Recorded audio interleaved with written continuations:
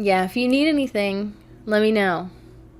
That's crazy. I feel like I say that all the time. I still say that all the time, especially if I'm about to go and do something on my own or if I'm going to leave the room. It's always kind of prefaced by, oh, if you need anything, let me know. Or if you need anything, I'll be right here. Just let me know. Call me, right? I always want to make sure that I'm available and that whoever it is that I'm around knows that I'm available, even though I don't have to be. It's not my responsibility to always be available to other people all the time. And yet, I think that's one of those behaviors that's really hard to unlearn when you're raised by a narcissistic parent because it kind of goes hand in hand with hypervigilance, I guess. You're always aware of what's going on. And I think so many of us kind of take on that third parent role where we feel more like an adult than a kid. You know, we're being talked to about a lot of really heavy adult topics and responsibilities. Sometimes we're kind of looked to offer a solution, even though these are problems that we didn't cause and we can't do anything about, but we're aware of them and we feel the pressure of them because of the way that we're involved in these kinds of things. And I remember so many different times feeling like I was the one offering emotional support and comfort to my parent, where if we encountered a stressful situation, I was the one to kind of talk them off the edge and to diffuse the situation, to mediate an argument between two adults. As a young kid, I'm talking 12, 13, 14 years old. And it's so bizarre to me because I remember being a kid and kind of having the idea that when you're an adult, you know, parents are like professional adults. They have more answers than we do as kids. They've kind of got it figured out.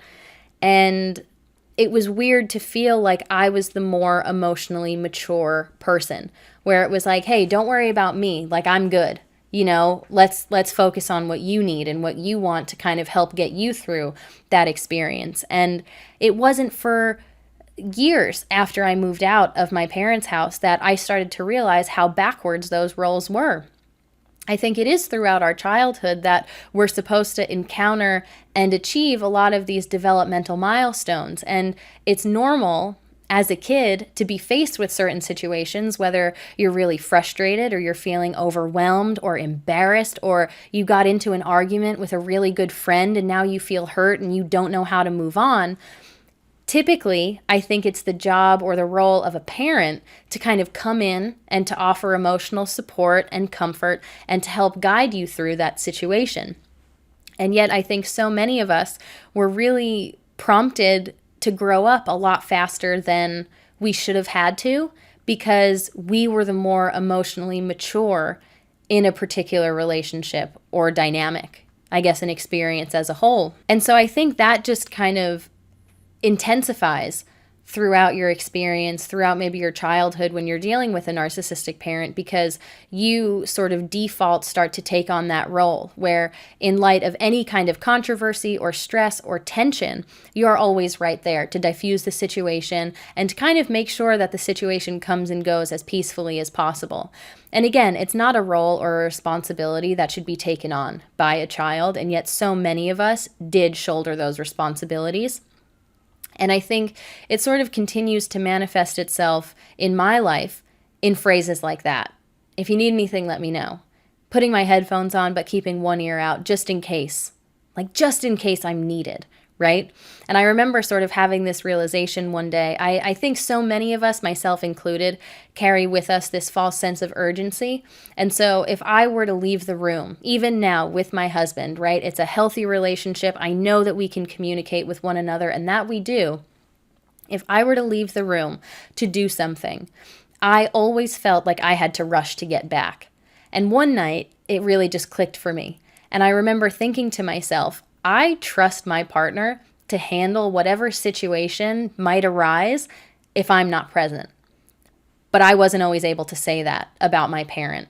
And I think that feeds into that false sense of urgency where it's like, I always have to be available. And if I'm not, I'm rushing to make sure that I will be soon.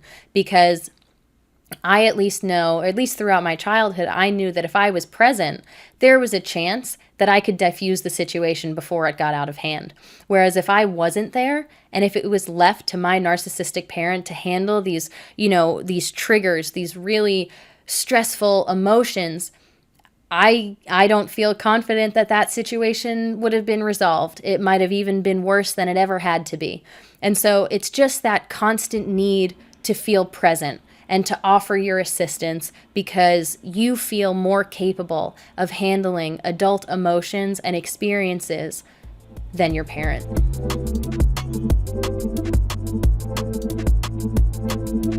Thanks so much for watching. If you enjoyed this video and want to see more, be sure to give it a like and subscribe to my channel.